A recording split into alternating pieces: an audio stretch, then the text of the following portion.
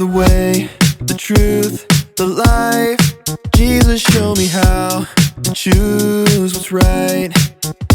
When my feelings just aren't on my side, I know that you help me every time. You are the goodness that lights up my life. I will remember that your way is better. You are the one that still shows me what's right.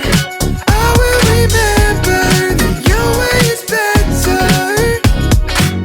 La la la la la la. You show me what's right and which way to go. La la la la la la. You show me what's right and which way to go. Help me to believe you are everything I'll ever need. Thank you for your love that makes me free to follow all the plans you have for me. You are the goodness that lights up my life. I will remember that your way is better. You are the one that still shows me what's right. I will remember that your way is better. La la la la la la. You show me what's right and which way to go. La la la la la la. You show me what's right and which way to go. I trust you with my feelings, Jesus, you're my reason. Help me follow you, trust you with my feelings, Jesus, you're my reason. God, help me follow you. You are the goodness that lights up my life. I will remember that your way is better. You are the one that still shows me what's right. I will remember that your way is better. La la la la la la.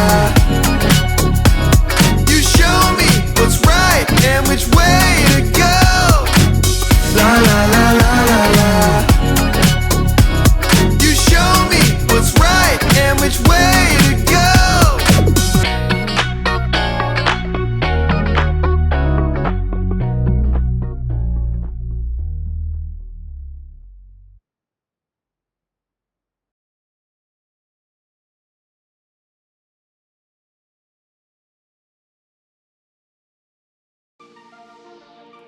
Welcome to Story Lab. This week we're taking a look at what can transpire when your words get away from you.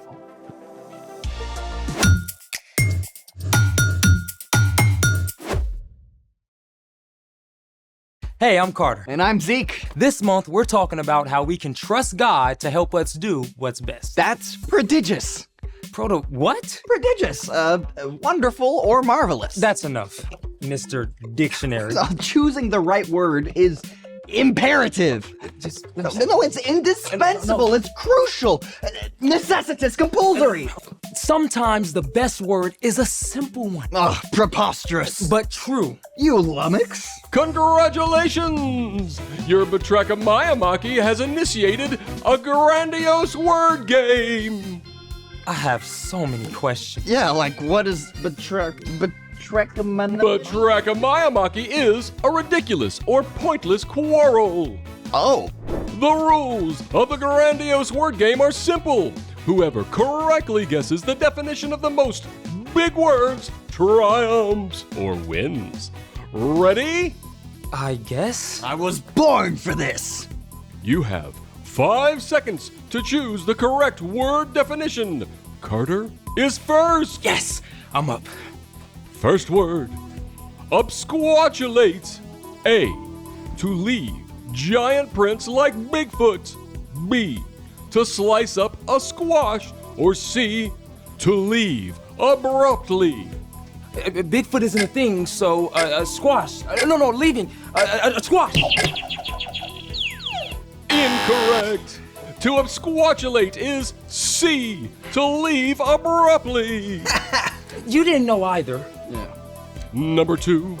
Z. Nudistortion. Is it A, the day before yesterday? B, a flower from the nightshade family? Or C, an implement for serving pasta?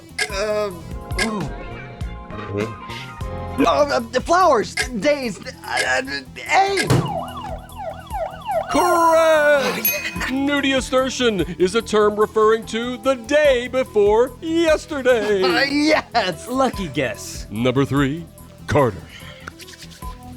Bumfuzzle. Is it A, to confuse or perplex?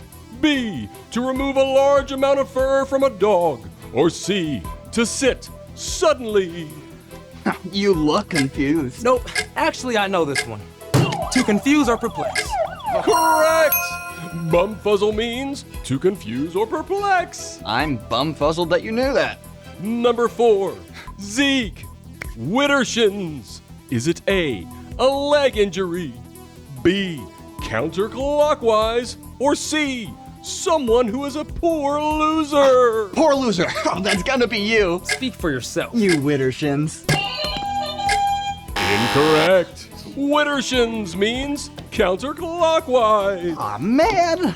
You are tied at 1 point each. Last question is an all play. Whoever answers first correctly wins. The word is pandiculation. Is it A, the reverberation of a brass bell? B, a wrestling match between two pandas? Or C, the act of stretching and yawning upon waking? Pandiculation. Who comes up with this stuff? I don't know. B. Incorrect. The answer is C. Pandiculation is the act of stretching and yawning upon waking. Rats, tied for the loss. Or the win. We gotta choose our words better. Speaking of which, it's time for The story before the story. Today, we're in the book of Proverbs, which is a collection of wise sayings, many from King Solomon. Solomon became king at a very young age. He was worried about leading an entire nation with so little experience. One night, God spoke in a dream and told Solomon that he could have any gift he wanted. Now, Solomon could have asked for money or power, But instead, Solomon asked God for wisdom so he could be the best leader for his people. God listened and honored Solomon by making him the wisest man on earth. Many of the things Solomon learned and said were collected, along with other wisdom. The sayings, called Proverbs, are short sentences or stories that help people make wise decisions in their everyday lives. Which is where our story starts. Take it away. Hey everyone, I'm Brian. That was 4 words right there in case you're counting. Oh, and another 10. Did you know the average person speaks between 6,000 and 16,000 words every single day? Blah, blah, blah, blah. Sounds exhausting, huh? But we speak all that word soup without even thinking about it. And to top it off, you probably have around 7,000 to 10,000 words in your vocabulary to choose from every time you open your mouth. All of this comes down to something really, really important. You ready for this? Words are like a superpower. I'm serious. We can read about it in one of the wise proverbs that Solomon collected. The words of thoughtless people cut like swords, but the tongue of wise people brings healing. Did you hear that? The words of thoughtless people cut like swords, but the tongue of wise people brings healing. Every single time you open your mouth, you have the power to do this. Or this. What you say is so powerful that it can cut somebody deeply or help them heal. Think about this. You've probably skinned your knee before. Ouch. But once your knee healed up, have you thought about it that much? Nah, probably not. It's all good. Now, has anybody ever made fun of you? Those words can cut really, really, really deep. You may not be able to see any wound, but it's there. And this kind of hurt doesn't heal easily. Even if it happened a long time ago, I bet you still think about it sometimes. Mean words can still hurt all this time later. The words of a thoughtless person cut like swords. We don't usually mean to hurt others with our words, but we just don't think first. Thoughtless words come in all kinds of shapes and sizes. You know thoughtless words when you hear them. Wow, I can't believe you can't tie your own shoelaces. No one wants to play with you. Oh, you're really bad at math. You've probably been hurt by some words like those, and you've probably said some of those things too. That's why before you say anything, it's wise to do this first. Stop. That's better. Before you speak, stop. Think first, even if it's for half a second. If what you're about to say is thoughtless or hurtful, keep your mouth zipped. Or even better, think about what you might say instead.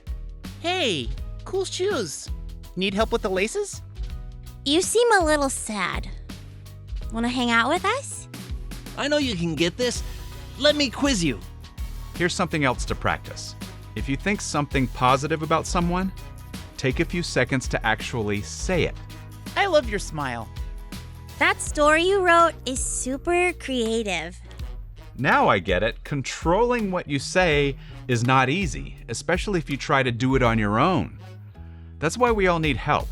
When we follow Jesus, God sends the Holy Spirit to live inside of us and provide power and guidance. And over time, as we rely on God's Spirit, it'll become easier to live out what we find in Proverbs. The words of thoughtless people cut like swords, but the tongue of wise people brings healing. The end. 2 words. Yikes, that hits right in the vocal cords. It's so easy to say whatever pops into my head. Yeah, it's like my mouth is on autopilot.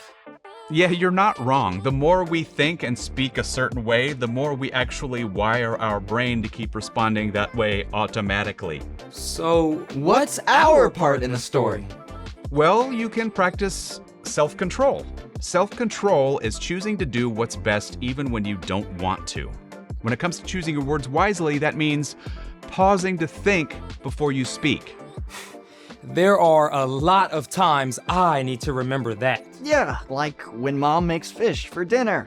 Again. Or your little brother borrows your charging cord and doesn't put it back. Or that kid cuts ahead in the cafeteria line. Or your teacher announces a pop quiz.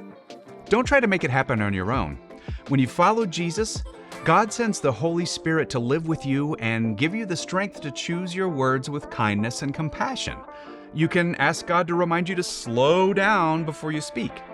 Yeah, so you can zip it before saying something hurtful. And you can choose to say something kind and healing instead. Use those wordy superpowers for good. You've got that right. See you next time. 8 words. Bye. So, here's the thing. Think before you speak. Choose your words wisely. Because words are like a superpower. They also make for some great games. For instance, what is bibliophobia? Well, phobia is fear, so fear of baby bibs? Nope, it's fear of running out of things to read. Oh, I feel that one. Thanks for joining us in the Story Lab. See you next time. All right, and what? Oh, you're gonna find a new word? Yes, let's see. Ooh, I like that one.